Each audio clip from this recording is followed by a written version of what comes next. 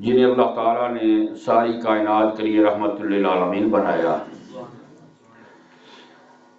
سیرت کے متعلق علماء کرام اپنے اپنے انداز میں مختلف انداز میں باتیں الحمدللہ سنا رہے تھے۔ اللہ تعالیٰ ہر ایک کو قبول و منظور فرمائے۔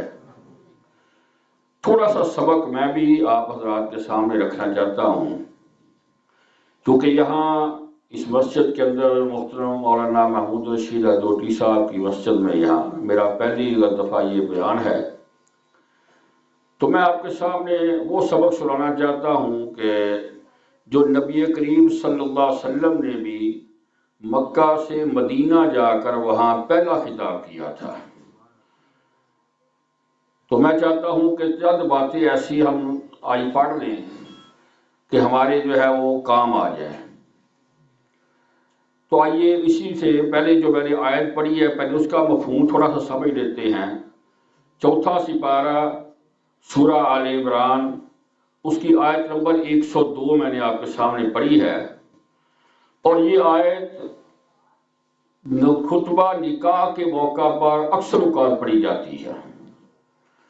کیا کہا گیا اس میں ذرا دیکھیں، یا ایھا الذین آمنوا اتقوا اللہ حق تقاتہ، اے ایمان والو اپنے اندر اللہ کا تقوی، اللہ کا ڈر پیدا کر لو، جتنی بڑی وہ ذات ہے، جتنا تقوی اختیار کرنے کا اس کا حق ہے اتنا حق ادا کرو۔ اب جب یہ آیت کا ٹکڑا اترا تو صحابہ کرام پریشان ہو گئے کہ ہم اپنی جو ہے اتنی زیادہ طاقت کس کی ہے کہ اللہ کا حق ادا کر سکیں، ہم اتنا تقوی اختیار کریں۔ پھر سورۃ تغابن کی آیت ہوتی ہے، فاتقوا اللہ ما استطعتم، جتنی تمہاری طاقت ہے اتنا تقوی اختیار کرو۔ پھر حوصلہ ہو گیا۔ تو پہلی چیز کیا کہا گیا کہ ایمان والو تقوی اختیار کرنا ہے۔ وَلَا تَمُوتُنَّ إِلَّا وَأَنْتُمْ مُسْلِمُونَ، تمہیں اس وقت تک موت نہیں آنی چاہیے جب تک پکے سچے مسلمان نہ بن جاؤ۔ اب غور کریں، موت کسی کے اختیار میں نہیں، پتہ نہیں یہاں سے بھی ہم نے اٹھ کے جانا ہے کہ نہیں، کسی کو یہاں سے گھر جانا نصیب ہونا ہے کہ نہیں، تو پھر اللہ نے یہ کیوں کہہ دیا؟ اس سے مراد یہ ہے کہ تم ہر لمحے اپنے آپ کو رکھو ہی مسلمان، تاکہ جب بھی موت آئے تو بندہ مسلمان ہو۔ اور مسلمان رہنے کے لیے کیا کرنا ہے؟ قرآن مجید کی سورہ آل عمران کی آخری رکوع کے اندر وہ آیت ہے کہ اپنے آپ کو اس آیت کا مصداق بنا لو، الذین یذکرون اللہ قیاما وقعودا وعلی جنوبہم، اللہ والے وہ لوگ ہوتے ہیں جو کھڑے بھی رب کو یاد کرتے ہیں، بیٹھے بھی رب کو یاد کرتے ہیں، لیٹے بھی رب کو یاد کرتے ہیں۔ اور ماشاءاللہ سارے سمجھدار ہیں، علماء کرام تشریف فرما ہے، میں تو طالب علم علماء کے سامنے بات کرتے ہوئے جھجکتا ہوں۔ آپ ذرا غور کریں، سوچیں کہ بندے کی تین ہی حالتیں ہوتی ہیں، یا وہ کھڑا ہے یا بیٹھا ہے یا لیٹا ہے، چوتھی کوئی حالت نہیں ہوتی۔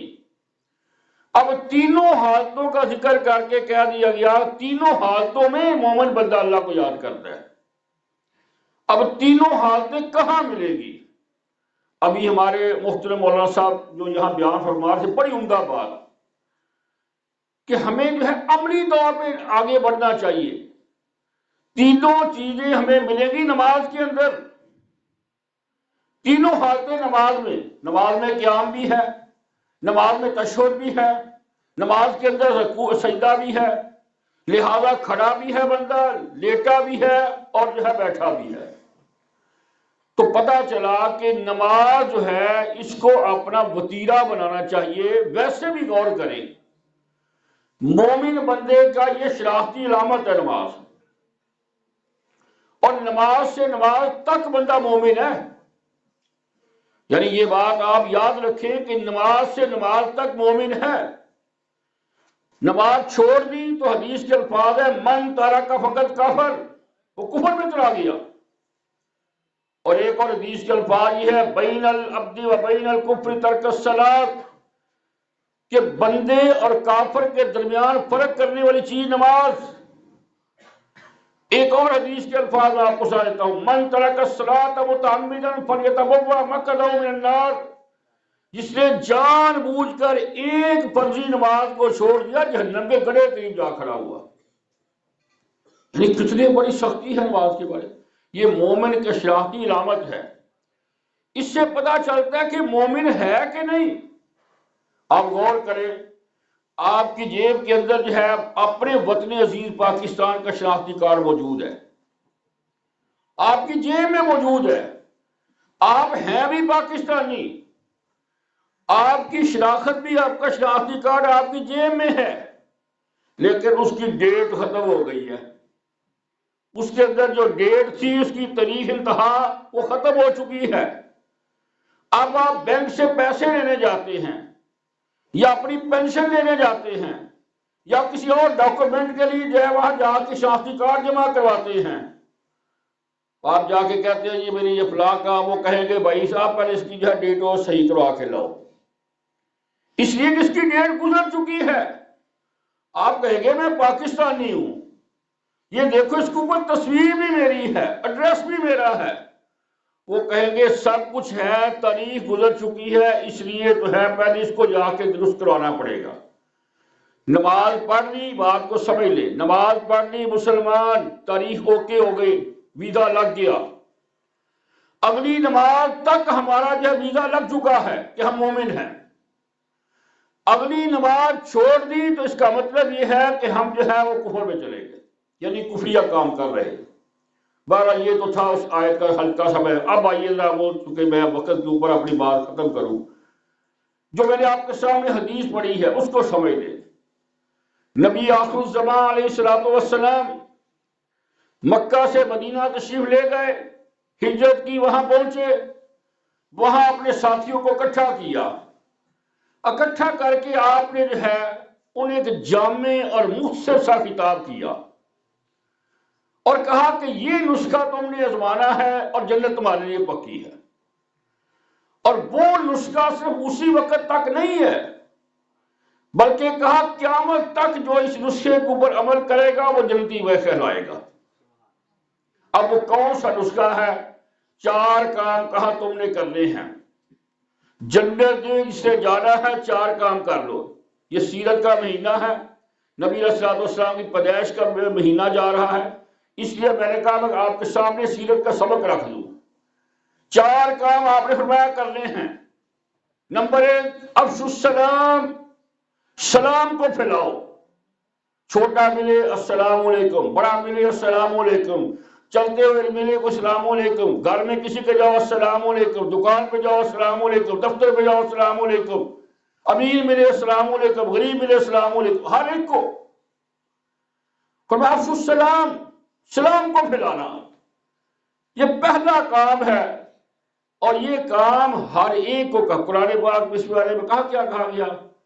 فرمایا کہ اے ایمان والو سلام کیا کر ایک دوسرے کو، اور سلام جتنا کو کہے اس سے بڑھ کے جواب دیا کرو، اس سے زیادہ جواب۔ مثلا کسی نے کہا السلام علیکم، آپ اس کو جواب بڑھ کے دیں وعلیکم السلام ورحمت اللہ۔ کوئی کہتا ہے السلام علیکم ورحمت اللہ، آپ اس کو جواب دیں وعلیکم السلام ورحمت اللہ وبرکاتہ۔ اور یہاں ایک بات کو نوٹ کر لیں، کبھی بھی جب سلام لیں تو اس کو اچھے طریقے سے الفاظ کو بہترین طریقے سے ادا کریں۔ جلدی جلدی میں السلام علیکم السلام علیکم، یہ کوئی السلام علیکم نہیں ہے، ہمیشہ کہیں السلام علیکم، اس لیے کہ پہلے الف موجود ہے۔ ہمارے ہاں ایک اکثر جو ہے غلطی کر لیتے ہیں، قرآن مجید جب ہم پڑھنے کی شروع کرتے ہیں تو ہم پڑھتے ہیں اعوذ باللہ من الشیطان الرجیم، حالانکہ لفظ اعوذ باللہ نہیں ہے، لفظ ہے اعوذ باللہ۔ ہم پہلا الف چھوڑ دیتے ہیں، وہ حمزہ ہم حذف کر دیتے ہیں، اور اس وجہ سے پھر غلطی ہو جاتی ہے۔ اسی طریقے سے ہم نے جو ہے جیسے اعوذ باللہ جو ہے نہیں نا صحیح ادا کرتے، ہم السلام علیکم ہی نہیں کہتے، السلام علیکم ورحمۃ اللہ کہتے ہیں۔ تو لفظ وہی کہنا چاہیے جو نبی آخر الزمان علیہ الصلوۃ والسلام کی زبان مبارک سے ہمیں سکھلایا گیا ہے، اور وہ یہی وہ ہے۔ وہ کیا ہے؟ فرمایا وہ یہ ہے السلام علیکم، یہ الفاظ ہے۔ تو پہلی چیز کہا، پہلا چیز کام کیا کرنا ہے؟ افشوا السلام۔ نمبر 2، وَأَطْعِمُوا الطَّعَامَ، کھانا کھلایا کرو، دعوت کیا کرو۔ اور یہاں بڑی اہم بات ہے دعوت کرنے کے متعلق، یاد رکھ لیں، کھانا ہمیشہ جب بھی کھلائیں اس نیت سے کھلائیں کہ رب راضی ہو جائے۔ انما نطعمکم لوجہ اللہ، کہ اللہ والی ہمیشہ کھانا کھلاتے ہیں اللہ کی رضا کے لیے۔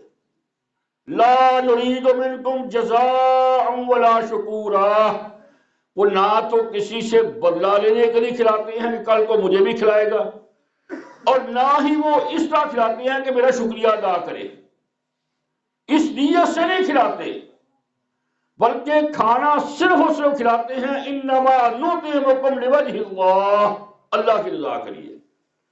چاہے کھانا وہ کسی ولیمے کا کھانا ہو، کیونکہ تو ویسے ہی شادی بیاہ کے موقع پہ بولی ایک ہی دعوت ہے، ہمارے ہاں تو کئی دعوتیں بنائی ہوئی ہے نا، ہم نے تو کئی دعوتیں شروع کر دی۔ آپ اندازہ لگائیں، ماشاءاللہ آپ شیخ صاحب سنتے رہتے ہوں گے، برات کا لفظ پورے قرآن حدیث میں کہیں نہیں ہے۔ حضرت استاد محترم تشریف فرمایا ہے کہ یہ برات کا لفظ ہی فارسی کا ہے، عربی زبان میں لفظ ہی نہیں ہے، اور ہم اس کا اتنا اہتمام کرتے ہیں۔ حدیث میں صرف ذکر ولیمے کا ہے، اور اس کے بارے باقاعدہ طور پہ حدیث موجود، اولم ولو بشاتن، ولیمہ ضرور کرو چاہے بکری کا۔ پھر کہا ہے اذا دعی احدکم الولیمۃ فلیأتها، جب تمہیں تو ولیمے کی دعوت میں بلاؤ تو لازمی جاؤ۔ اب پورے حدیث کے ذخیرے کو چھان لیں، کسی استاد محترم سے پوچھیں کہ جی آپ ہمیں کہیں یہ ڈھونڈ کے دکھا دیں کہ برات میں کو بلایا تو وہاں بھی جاؤ، وہ لفظ ہی نہیں ہے۔ تو یعنی کہ ایک ہی دعوت ہے اور ولیمے کی دعوت، اور ولیمے کی دعوت میں کہا گیا کہ ولیمے کی دعوت میں امیروں کو بلاؤ، غریبوں کو بلاؤ، اپنوں کو بلاؤ، بیگانوں کو بلاؤ، صرف امیروں کو نہیں۔ اور بلاؤ کس نیت سے؟ انما نطعمکم لوجہ اللہ، اللہ کی رضا کے لیے۔ پتہ کیا چلا کہ کھانا کھلانا ہے، اور کھانا بغیر کسی غرض کے، بغیر کسی لالچ کے، یہ نہیں کہ کھانا کھلانے سے پہلے بکنگ کے پیسے لے لینے ہیں، یا کھانا کھلایا اور کاپی لے کے بالکل دروازے پہ بندہ بیٹھ جاتا ہے، اور وہاں پہ کاپی پینسل لے کے بندہ بیٹھا ہوتا ہے کہ لاؤ بھی پیسے دو، کھانا کھایا پیسے نکالو۔ یہ ہمارے ہاں ہو نہیں رہا کہ ہم اپنی شادیاں جو ہے وہ پیسے دوسروں سے لے کے کرتے ہیں، اور چولی بنا پھرتا ہے جی دیکھو جی میں نے کیسا کھانا اچھا کھلایا، لوگوں نے پیسے لوگوں کو کھلا دیا، انتظام ہوئے سسٹم کر دیا نا، بس صرف ایڈوانس وہ کے لوگوں سے پیسے لیے، اور ایڈوانس پیسے حاصل کر کے اگلے دن کھانا کھلایا، یا کھانا کھلاتے ہوئے جو گھنٹہ گھنٹہ 2 گھنٹے انتظار کروایا، پیسے لیے ہوئے ہیں۔ تو بہرحال بات جو ہے وہ سمجھے اس کو۔ پھر نمبر 2 کیا ہے؟ وہ اطعموا الطعام، کھانا کھلایا کرو اللہ کی رضا کے لیے کہ اللہ راضی ہو جائے۔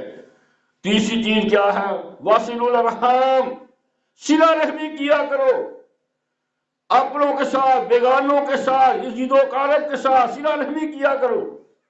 ہمارے ہاں یہ چیز کتنی عام آپ کو ملے گی کہ جب کہیں جاتی ہے بات کہ اپنوں کے ساتھ اچھا سلوک کرو، کہتے ہیں چھوڑے جی اپنوں کے ساتھ کیا، اپنے تو جو ہے وہ تو ہمارے قریب نہیں آتے، سب سے زیادہ ہمیں نقصان ہی وہ پہنچاتے ہیں۔ لیکن ہمارے سامنے نبی کریم صلی اللہ علیہ وسلم کی سیرت ہے، آپ سیرت عالم کا مطالعہ کر کے دیکھیں کہ نبی آخر الزمان صلی اللہ علیہ وسلم کے ہمسائیگی میں کون رہتا ہے؟ ان کا چچا، اور بدترین دشمن، آپ کا بھی دشمن، اسلام کا بھی دشمن، کوئی موقع ہاتھ سے جانے نہیں دیتا آپ کو تکلیف پہنچانے والا، ہر موقع میں آپ کو تکلیف دیتا ہے۔ لیکن نبی کریم صلی اللہ علیہ وسلم کا معمول کیا ہے؟ آپ باہر تشریف لے جاتے ہیں، اپنی چچی جان کا دروازہ کھٹکھٹاتے ہیں، کہتی چچی جان میں بازار جا رہا ہوں، کچھ بگوانا تو نہیں آپ نے؟ آپ کا یہ عمل کہ تو جو کرتا ہے تو کرتا جا، میں اپنا عمل کر کے دکھا رہا ہے۔ تو تیسری پوائنٹ ہم نے کیا پڑھا؟ واصل الارحام۔ میں جلدی سے چوتھا پوائنٹ بتا دیتا ہوں وہ کیا ہے۔ چوتھا پوائنٹ کیا ہے؟ وَصَلُّوا بِاللَّيْلِ وَالنَّاسُ نِيَامٌ۔ آدھی رات کے بعد جب ساری دنیا سو رہی ہو اٹھ کے تہجد پڑھا کرو۔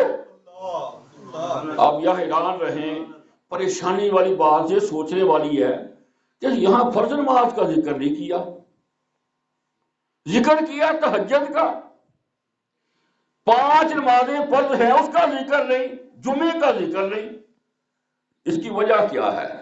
وجہ یہ ہے وہ مومن مسلمان ہو ہی نہیں سکتا جو فرض نماز چھوڑ جائے۔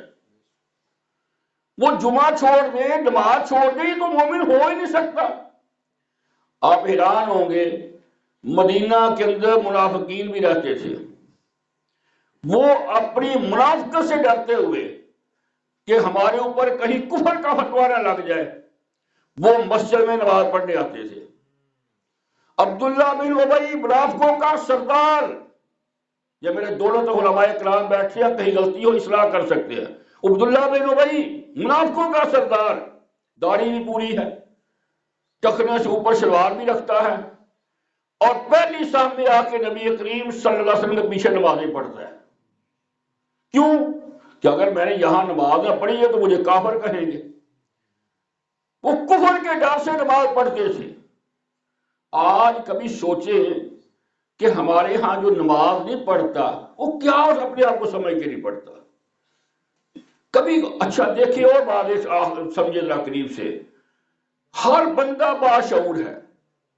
آپ کسی ایسے بندے سے جس کو آپ نے کبھی مسجد میں نہیں دیکھا، بالکل جو ہے آپ سمجھتے ہیں کہ دین سے دور ہے، جب کبھی آپ اس کے قریب سے گزرے، اذان ہو رہی ہو، آپ اسے آرام سے کہے بھائی یہ کیا ہو رہا ہے، وہ کہے گا اذان۔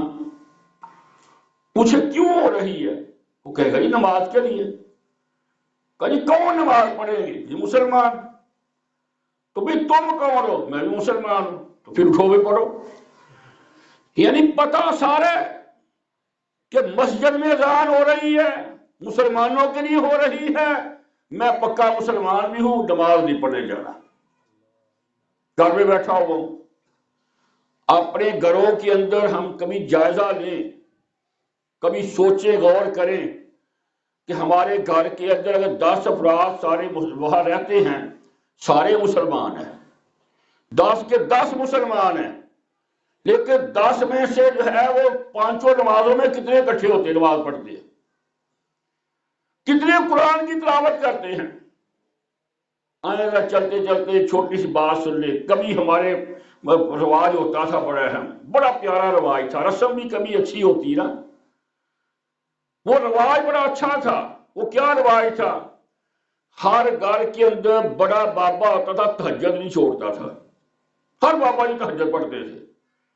تہجد کے ٹائم اٹھتا تھا بابا جی، اٹھ کے اس نے اپنے ساتھ والی کو جگانا ہے کہ اٹھو جی نماز کے تہجد پڑھو، اس سے بھی وضو کر کے تہجد شروع کر دینی ہے۔